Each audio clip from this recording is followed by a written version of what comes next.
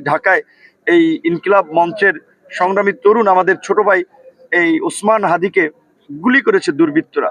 কারণ আমরা বারবার বলে আসছিলাম যে যখনই নির্বাচনী তফসিল ঘোষণা হবে, এই নির্বাচন যে তফসিল ঘোষণা হলেই নির্বাচন হবে সেটি বলার অবকাশ নাই। কারণ ওই পতিত ফ্যাসিস্ট শক্তি, পরাজিত শক্তি, তারা নানানভাবে দেশকে অস্থিতিশীল করা, নির্বাচনকে বানচাল করার কাজ করে যাচ্ছে।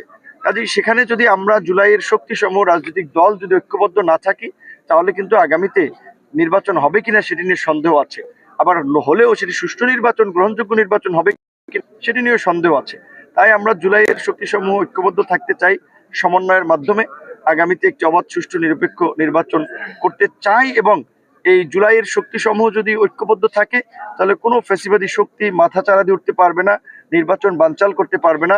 আমরা আমাদের ছোট ভাই, আমাদের এই সকলেরই পরিচিত ওসমান হাদি যেভাবে গুলিবিদ্ধ হয়েছেন, খুব গুরুতর, আল্লাহ তাকে বাঁচিয়ে রাখুক। আমরা তার জন্য দোয়া করি।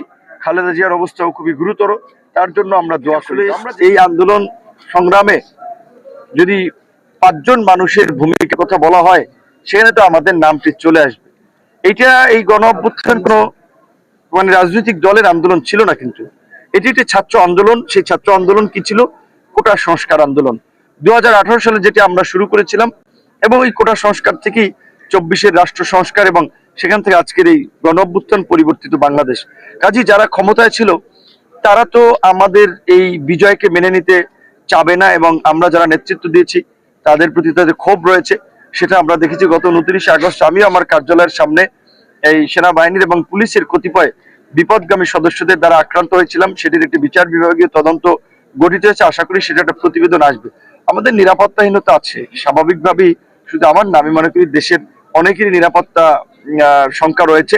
এখানে আইন শৃঙ্খলা বাহিনীকে শক্ত ভূমিকা পালন করতে হবে, এবং আমার মনে হয় যে অন্তত এই সন্ত্রাসীদেরকে, অস্ত্রধারীদেরকে গ্রেপ্তার করার জন্য আগামীতে দ্রুতই যৌথ বাহিনীর একটা চিরুনি অভিযান পরিচালনা করা দরকার। যদি উল্লেখযোগ্য সংখ্যক ভাবে সন্ত্রাসীদের গ্রেপ্তার করা না হয়, এবং এই ধরনের 2-1টি ঘটনা যদি কঠোর বার্তা, মেসেজ যদি আইন শৃঙ্খলা বাহিনী দিতে না পারে, তাহলে নির্বাচনের পরিবেশ আরো অবনতি হওয়ার শঙ্কা আছে। সেইখানে আমরা অবশ্যই উল্লেখযোগ্য আন্দোলনের নেতা হিসেবে, এই আপনার একটি দলের প্রধান হিসেবে আমাদের তো শঙ্কা রয়েছেই।